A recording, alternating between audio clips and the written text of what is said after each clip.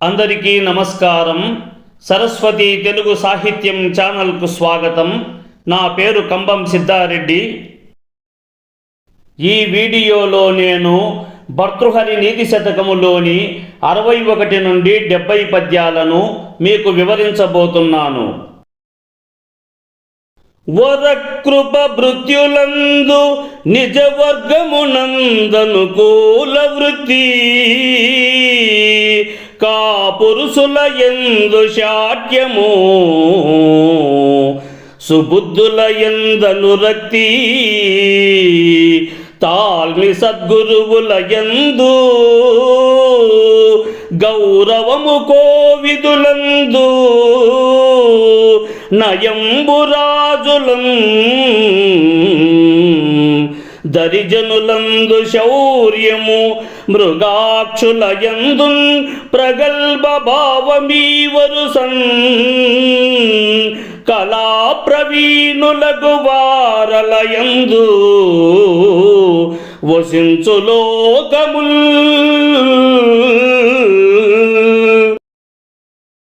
సేవకుల పట్ల మిక్కిలి కరుణను కలిగియుండుటయు, చుట్టములైన వారి పట్ల అనుకూలముగా మెలగడం, దుష్టుల పట్ల కాపట్యమును కాఠిన్యముగా వ్యవహరించుటయు, సజ్జనుల యందు ప్రేమను, మంచి గురువుల పట్ల సహనమును కలిగి మర్యాదతో మెలగడం, నేర్పరుల యందు గౌరవమును, రాజుల యందు నీతి, విరోధుల పట్ల వీరోచిత పరాక్రమమును కలిగియుండుటయును, స్త్రీల పట్ల దృఢత్వమును అనగా చంచలత్వము కాని నిగ్రహముతో కూడిన దృఢత్వమును కలిగియుండుటయు, ఇట్టి సుగుణములను కలిగినట్టి పురుషుల వలన లోకము మనగలుగుతుంది అని భావము.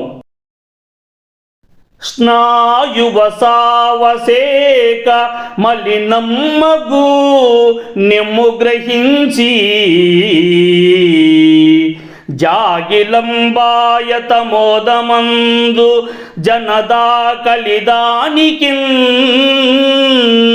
చెంతనున్న గోమాయువు దానిన్ చూచి పరిమార్పక సింగము దంతిన్ కూల్చునే ఛాయల నెల్లవారు నిజ సత్వ సమాన ఫలార్థులే కదా. సన్ననైనట్టి నరములతో కొద్దిగా క్రొవ్వు కలిగి ధూళిచేత మలినమైనట్టి ఒక ఎముక దొరికినంతనే కుక్క మిక్కిలి సంతోషము చెందునే కాని ఆ ఎముకను కొరకడం వలన గాని నాకడం వలన గాని దాని ఆకలి ఎప్పటికీ తీరదు కదా. అలాగే ఒక సింహము తన సమీపమున ఒక నక్క తిరుగుతున్నప్పటికీ దానిని వదిలివేసి ఒక బలిష్టమైన మదగజముననే చంపుతుంది.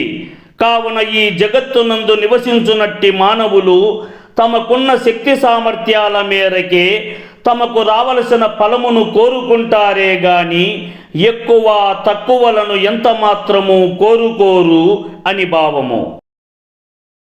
వాలము త్రిప్పు నేలం పడి వక్రము కుక్షియు చూపు క్రిందటం కాలిడు త్రవ్వు పిండదుని కట్టెదుటన్ సునకంబు భద్రసుండాలము శాలితండులగు డంబులు చాటు వచసతంబుచే ఓలి భుజించు ధైర్యగుణ యుక్తి గంచూచు మహోన్నత స్థితి. ఒక కుక్క ఎక్కడైనను తనకు ఒక పిడికెడైన ఏదేని ఆహారమును పెట్టెడు వాని చెంతను నిలబడి తోకను త్రిప్పుతూ నేల మీద పడి అరుస్తూ నోరును కడుపును చూపుతూ నేల మీద అటు ఇటు పొర్లి కాలితో నేలను గీటిస్తూ ఆ అన్నము కొరకు అనేకములైనట్టి పాట్లను పడుతుంది.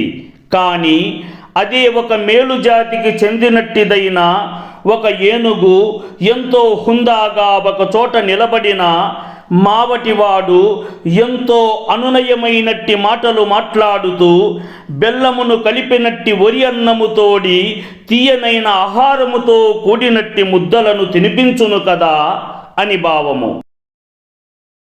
ఖండితంబయ్యు భూజంబు వెండి మొలచు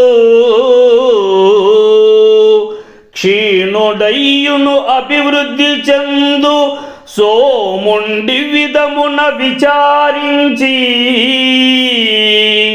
వడలు తెగిన జనములకు తాపముందరు సాధు జనులు. ఒక చెట్టును మొదలంటూ నరికివేసినప్పటికీ అది మళ్ళీ చిగురించడం మొదలుడును. అదే విధముగా చల్లని వెన్నెలలను ప్రసాదించునట్టి చంద్రుడు ఒకానొక దశలో క్షీణించినప్పటికీ మళ్ళీ పూర్వపు కళలతో వృద్ధి నొందుతూ అంతటా విస్తరించును కదా.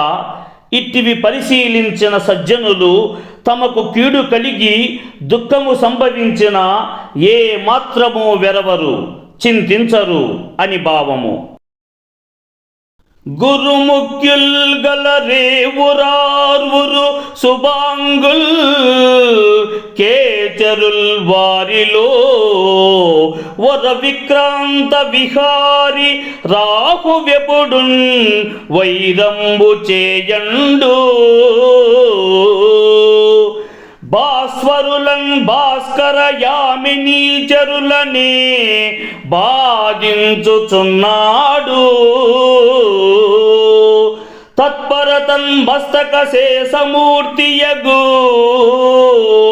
ఆ దైత్యుండ గర్వంబునన్. సువిశాలమైన ఆకాశమున సంచరించునట్టి గ్రహ మండలమున ఉన్నట్టి పరాక్రమశీలుడైనట్టి రాహువు ఎప్పుడూ వైరముతో మెలుగుతూ గ్రహణ సమయములో మిక్కిలి అత్యంత కాంతి చేత ప్రకాశిస్తున్నట్టి సూర్యచంద్రులను మస్తకము మాత్రమే కలిగినట్టి రాహువు పట్టుకొని వారిని కాంతిహీనులను చేస్తున్నాడు కదా అని భావము. వగగొను లోభము పిసున భావము సత్యము చిత్తశుద్ధియు తగు సుజనత్వము సుమహితత్వము విద్యయు లోక నిందయు తగిలిన దుర్గుణంబు దురితంబు తపంబును తీర్థసేవ భృత్యగుణము సొమ్ములు ధనచయంబును చావును వేరయున్నవే. ఎక్కడైనా మితిమీరిన ఆశ ఒక్కటి చాలును, విరోధమును తెచ్చిపెట్టును. చాడీలు చెప్పడం కన్నా పాపం మరొకటి లేదు. జీవన విధానంలో ఎల్లప్పుడూ ఒక సత్యమును పాటించి సర్వజీవులను సమభావముతో చూచినట్లయినా ఇక ఎటువంటి తపస్సులు చేయనవసరం లేదు. చిత్తశుద్ధిని కలిగి ఉన్న ఎడల ఎక్కడనూ ఎట్టి పుణ్యక్షేత్రాలలో ప్రవహించే నదులలో మునగవలసిన పని లేదు. పవిత్రమైన గుణములు కలిగి ఉన్నట్లయినా ఇతరములైనట్టి ఎట్టి అలంకరణలు అవసరము లేదు. విద్యచే పాండిత్యము కలిగిన వాడైన ఎడల ఇంక ఎలాంటి ధనములు అవసరము లేదు. ఒకవేళ లోక నిందలచే అపకీర్తి పాలవడం కన్నా మరణమే మేలు. ఇవన్నీ పరిశీలించి చూడగా సత్య గుణమును కలిగియుండుట ముఖ్యమని భావము. ఒక ఎడన్ పవలించు హరి ఒక్క ఎడన్ వసించు రాక్షస ప్రకరము ఒక్కచో నడంగు పర్వత సంగము ఒక్కెడన్ బలాహకములతోడ నుండు బడబాగ్నియు విస్తృత మూర్జితంబును ప్రకట బరక్షమంబగుచు బాసిలు ఔర సముద్రమెంతయున్. విశాలమైనట్టి సముద్రములో ఒకవైపు ఉదరమున 14 లోకములను ధరించినట్టి శ్రీ మహావిష్ణువు ఆదిశేషునిపై పవ్వలించను. మరొక వైపు క్రూరమైనట్టి రాక్షస సమూహాలకు శ్రీ మహావిష్ణువు నుంచి ఎట్టి ఆపదలు రాకుండా ఉండుటకు సముద్రములో దాగుకొనుటకు అనువైన చోటుగాను, ఇంకో వైపు స్వర్గాధిపతి అయిన ఆ దేవేంద్రుని నుంచి రక్షించుకొనుటకు మైనాకుడు మొదలైన పర్వతముల సమూహాలు ఉండుటకు అనుకూలమైన ప్రాంతముగాను, ఇంకొక వైపు మేఘాలతో కూడినట్టి బడబాగ్ని శక్తిని బరువును ఓర్చెడి సహన శక్తి కలిగి ఎందరికో ఆశ్రయాన్ని కల్పిస్తూ, ఔరా ఈ గొప్పదైనట్టి సముద్రము సామాన్యంగా ప్రకాశిస్తోంది అని భావము.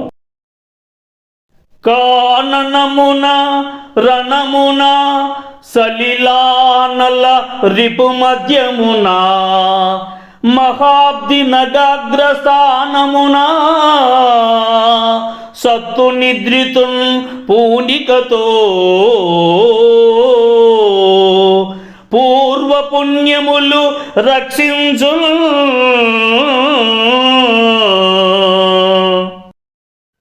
అడవి నుంచి, యుద్ధ భూమి నుంచి, నీటినందు, శత్రు సమూహాల నుంచి, మహాసముద్రాల నుంచి, పర్వత శిఖరాగ్ర భాగము నుంచి, నిద్ర మత్తులో గాని, తాగిన మత్తులో గాని, కైపుతో సోలెడి వాని నుంచి మునుపు చేసుకున్న పుణ్యం ఆధారంగా కూడా మానవుడైన వాడు రక్షించబడతాడు అని భావము. నీతి ప్రౌఢ విహారులైన నిపుణుల్ నిందింపని మెచ్చని ఖ్యాతిం చెందిన సంపదల్ నిలువని గాఢంబుగా సాగని గాతంబప్పుడు పొందని నియతిమైన్ కాని యుగాంతంబునన్ నీతి శ్లాఘ్య పదంబు తప్పరు కదా నిత్యంబు ధీరోత్తముల్.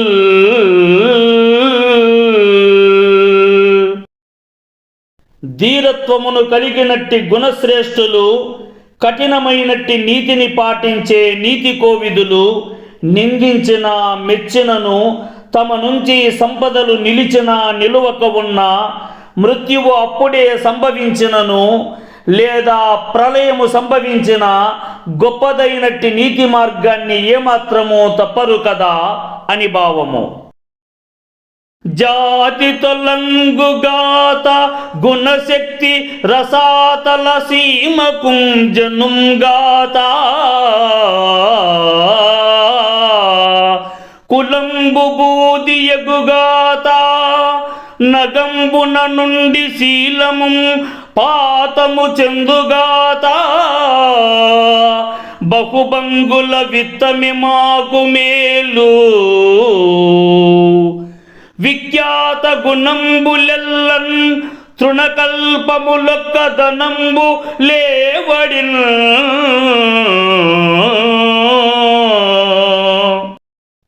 జాతి తొలగిపోయిన, మంచివైన గుణములు పాతాళానికి అడుగంటిపోయిన, వంశము బూడిదైపోయిన, మంచిదైన నడవడిక పతనమైపోయిన, ఏ విధముగా చూచినప్పటికీ ధనమే మాకు ఉత్తమమైన సుసంపన్నమైనట్టిది. సద్గుణములు ఏవైనా అవి ధనము ముందు ఎలాంటివైనా ఎండిపోయినట్టి గడ్డిపోచలే కాబట్టి ధనము ఒక్కటి ఉన్నను చాలును అని భావము. మా ఛానల్ని లైక్ చేయండి, షేర్ చేయండి, సబ్స్క్రైబ్ చేసుకోండి. ఈ వీడియోపై మీకున్న అభిప్రాయాన్ని కామెంట్ సెక్షన్లో కామెంట్ చేయండి. క్రింద ఉన్న గంట సింబల్ని నొక్కండి.